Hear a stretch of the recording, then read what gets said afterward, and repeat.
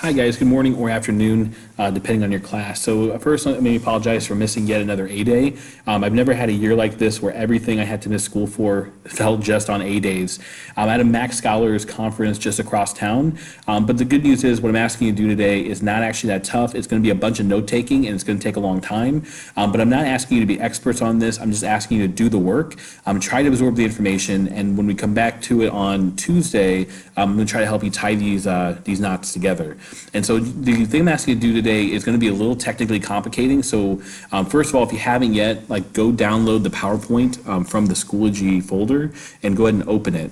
And so when you open it, first thing you should note is that there's going to be a little thing that pops up right here that says, would you like to enable macros? It's basically going to say enable or allow. Go ahead and click that. It's going to be a little yellow ribbon here, and it's going to say something about macros. You're going to have to do that for this to work. So again, please click yes, enable macros. If you mess that up, just close the PowerPoint, reload it, and then make sure you take macros. So this is designed to be used in conjunction with that big note packet that's passed out. And your job is to take a bunch of notes, but also use this kind of like a flashcard.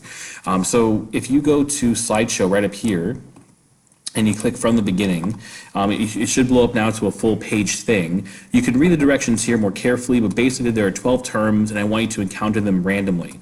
And so once you click this random button, it's gonna go to one of the random properties.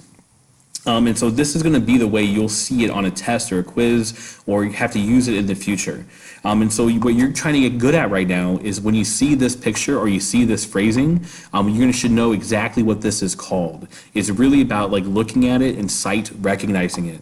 And so you might do this, you might know it right now, and if you do, that's awesome. But either way, if you're not sure, and this is probably going to be the first round of stuff where you're just taking notes, click this blue thing, it should disappear, and it should tell you exactly what the property is. Now this is divided into parts. We have the name right up top. You have what it sounds like right here in this format. This is a diagram you got to get really good at recognizing, and then I'm giving you kind of a simplified version of it, the bare basics. In other words, if you have this, then you have this.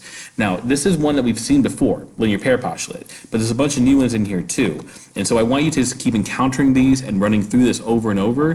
The first round, just taking notes, and then as you take all the notes, keep clicking through this until you run out of time, until every time you click on a new one, you know exactly what it's called before you reveal it. Okay, so when you click randomize, again, it's just going to go to a random property. You should look at this diagram, take a guess at what it is, but if you don't know or it's your first round, just click the reveal and you'll reveal this to be called vertical angles. Again, we have what it sounds like right here, which is how you're going to hear it in class or see it in written text. You have the diagram here, and then I'm offering some quick, this is what it really means. And all these parts are important, which is why I want you to take notes over, all these parts. And so there are 12 total ones, and you're just going to keep clicking randomize, randomize, randomize until you run through them all, and then you're just going to keep run through them again. So over and over and over again, just like normal flashcards. You should save this program to your computer, and so you can actually study with this program in the future. Okay? So about taking notes, here's what this is really going to look like. Okay? So let me move this stuff out of the way. So this right here is what your note card looks like. I know this is a super blurry video, but you just need to see the areas of stuff. You don't have to be able to read the words right now. And so this is a card that's on the PowerPoint. This right here is the notes you need to take. And so I just want to make sure we're on the same page about what goes where. And so first of all, if you take the statements that are kind of written around the diagram, and it's not always two of them, sometimes just one of them, but these things right here that are currently highlighted, should correspond directly to this upper section. And so yeah, you're just going to do some decomposing of the picture I'm giving you to write better notes, but you guys are used to that. The diagram itself is, we decided to kind of copy and paste for you to try to save you a little bit of time, but you shouldn't just ignore it. You should take a look at this diagram and try to make some sense about what this diagram is telling you. More on that in a second. And then this last section where it says in other words, that you can literally copy that from this. Now you don't have to use my words, you can use your own, but you have to be able to break this down as simple as possible to help you understand it. Okay? Now, a note about the diagram, and then I'll finish here. Okay? When you're looking at this diagram, you shouldn't just again ignore it. What you should do is try to make some sense about what this is telling you. Notice the geometric constructions, notice the parallelisms, notice that you have these angles that are highlighted. Your job is to get really good at recognizing this. If you see the angles like this, and the lines are parallel, you should know that these are alternate interior angles. Like that's ultimately what this is about, sight recognition. Now you can write some stuff in this like little blank area if you'd like, something like maybe in your own words or maybe the way you're seeing the diagram. So you can say something like parallel lines gives you angles. Okay, and we can improve that kind of as we go, but this would be a decent starting point for your notes. Now this thing on the right-hand side, leave blank. Don't worry about this right-hand side until we're ready to do that together, and frankly, we're just not ready to do that together yet.